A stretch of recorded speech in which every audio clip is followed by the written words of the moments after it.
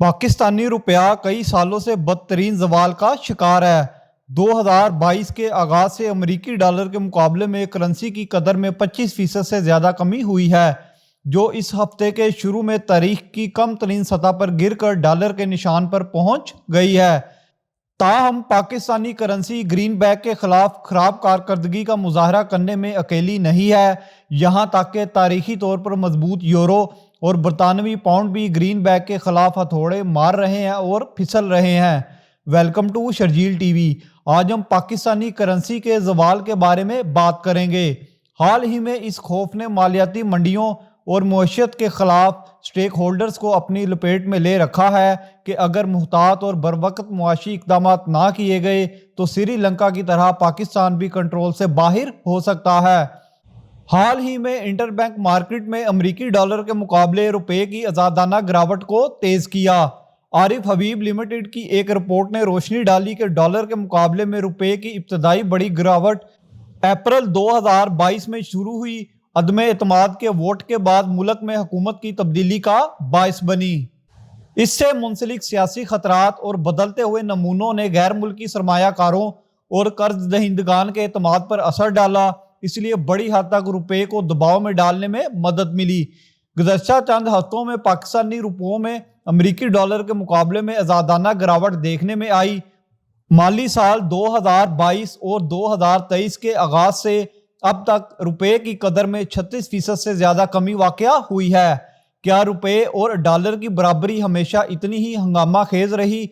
एक नज़र डालते हैं कि पाकिस्तानी करेंसी 1947 से अपने क़याम के बाद कैसे चल रही है। पाकिस्तानी रुपया इस साल कमज़ोर तरीन करेंसियों में से एक है, जिसमें 36% की कमी वाक़या हुई है। जिन ममालिक की करेंसियाँ इस रफ्तार पर चल रही हैं वो हैं श्रीलंका, गाना, तुर्की और यूक्रेन। ज़र मुबादला के ज़खायर में ख़तरनाक हद तक कमी वाक़या हुई है और स्टेट बैंक पाकिस्तान के ज़खायर 3.5 बिलियन डॉलर तक पहुँच गए हैं। स्टेट बैंक की जानब से उठाए गए इक़दामात से गुज़श्ता साल की दरामदात कंट्रोल में आ गई है। दरामदात की तादाद हमारी बरामदात और तरसीलात ज़र से कम हो गई है। यहाँ तक कि ये कहा जाता है कि हमारे कर्ज़ों की अदायगियों में 4 से 6 बिलियन डॉलर का फ़र्क है, जो कि हमारे दोस्त ममालिक जैसे सऊदी अरब, कतर और UAE के दावों से आराम से पूरा हो जाएगा। माजी में मुफ्ता इस्माइल के पाकिस्तान के IMF के साथ अमले की सतह के मुआहदे तक पहुँचने के दावे मार्केट को किशन फराहम करने में मददगार नहीं थे, क्योंकि ये मुआहदा काफ़ी तख़ीर से हुआ था। वज़ीर ख़जाना की तरफ से की गई कई टाइम लाइन्स दी गई और ऐसा लगता है कि इनके मस्बत अल्फाज इन मार्केटों को पुरसुकून करने में कामयाब नहीं हो रहे, क्योंकि डॉलर के मुकाबले में रुपया मुसलसल गिर रहा है।